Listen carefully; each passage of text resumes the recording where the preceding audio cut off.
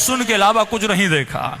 जब मौला से पूछा गया, मौला ये भाइयों का कटना, ये पर्दों का लुटना, ये बाजारों में आना, ये पत्थरों की बारिश, ये कैसा हुस्न है? तो मौला फरमाते ये हुस्न रज़ा इलाही है कि अल्लाह जिस हाल में देखना चाहता है बंदा खुद को उस हाल में देखना चाहे, यही हुस्न रज़ा है। लेकिन आज हम घबरा जाते हैं, परेशानियों में मुब्तला हो जाते हैं। आज के जमाने का मसला क्या है कि इतना तो हमें पता है कि मेरे पास क्या पावर है। खतीब कहता है मैं मिंबर पर आता हूं, अंजुमन का हेड कहता है कि मैं अंजुमन का हेड हूं। हर इंसान अपने वजूद में कुछ पावर्स का एहसास रखता है कि मेरे पास खुदा ने ये ताकत दी है, खुदा ने ये मुझे पावर दिया है। लेकिन मासूम फरमाते हैं तू जिस्मों के पावर को तो जानता है कि तेरे पास इख्तियार कितना है, तेरे पास ताकत कितनी है। जो नौजवान बॉडी बिल्डिंग करने जाता है कहता है मैं 60 kg का वजन उठा सकता हूं, कोई कहता है अखाड़े में उतर आओ मैं तुम लोगों को जमीन पर बिछाड़ दूंगा, ये इतना पावर है। यानी जिस्मानी पावर पर इंसान नाज करता है, जिस तरह अम्र इब्न अब्दुवत नाज करता था, जिस तरह मरहब व अंतर नाज करते थे। लेकिन मौला फरमाते हैं तुझे ये तो पता चल गया तुम्हारी जिस्मानी ताकत कितनी है, लेकिन क्या कभी तुमने अंदाजा लगाया कि तुम्हारी रूहानी ताकत कितनी है? ये आज किसको पता है कि मेरा रूहानी परसेंटेज कितना है? 10%, 20%, 30%? कितना पावर है हमारे रूह में? करबला में वही टिका जिसकी रूह बुलंद थी, न झुकने वाला न बिकने वाला। फरमाया ये वही हो सकता है जिसके अंदर रूहानी पावर हो। आज स्पिरिचुअलिटी की कमी है, आज हमें यही नहीं पता कि हमारा रूहानी पावर कितना है। बस हम फज़ाइल में डूबे हुए हैं, अहले बैत के फज़ाइल तो पढ़ रहे हैं, लेकिन मौला फरमाते हैं हमारी फजीलत इतनी बड़ी है कि दुश्मनों ने भी हमारे फज़ाइल का इकरार किया।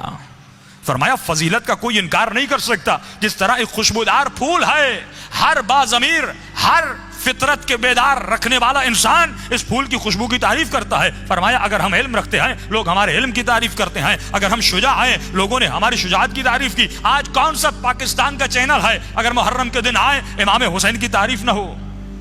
यही तो कमाल अहले बैत है कि हम उनके बड़ों को नहीं मानते लेकिन वो हमारे बड़ों को मानते हैं, क्योंकि ये फजीलत अहले बैत है कि हम भी मानते हैं जो नहीं मानते हमें लेकिन हमारे बुजुर्गों को मानते हैं, क्योंकि वो फदाइल से भरे हुए थे। कोई इनकार नहीं कर सकता कि मौला अली शुजा नहीं थे, कोई इनकार नहीं कर सकता कि मौला अली साबिर नहीं थे, कोई इनकार कर नहीं सकता कि इमाम हुसैन शुजा नहीं थे, कोई सखावत हसन इब्न अली का इनकार नहीं कर सकता, कोई छठे इमाम के इल्म का इनकार कर नहीं सकता। फरमाया क्योंकि ये वो चिराग थे, जब चिराग जलता है तो सिर्फ घर वालों तक रोशनी नहीं जाती, रोशनी दूर तक भी जाती है। फरमाया हम वो चिराग थे जिन्होंने दुनिया को अपने उलूम से रोशन किया, अपनी शुजाअत से रोशन किया। तो मौला फरमाते हैं हमारे फदाइल को सब मानते हैं, लेकिन फरमाया मसला आकर वहां पर क्लियर होता है, हक व बातिल की शिराज वहां पर होती है जब कोई हमारे फदाइल को भी मानता है और हमारी बातों पर भी अमल करता है, हमारे फरामीन पर भी अमल करता है। आज मसला यह है कि अहले बैत की मजालिस में तो सब आ रहे हैं, लेकिन हमारा तर्ज जिंदगी,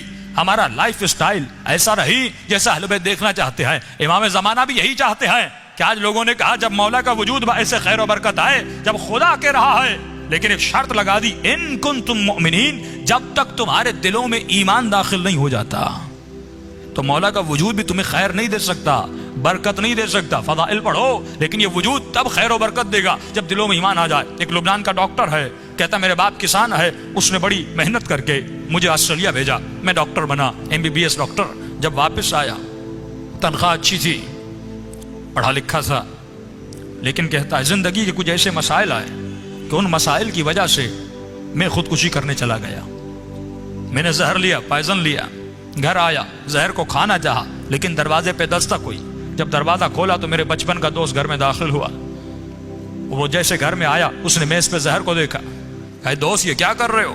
का जिंदगी के मसाइल ने तंग कर दिया, परेशानियों और आलाम ने हैरत में डाल दिया, बस यही रास्ता था कि मैं जहर खा के खुद को खत्म कर दूं।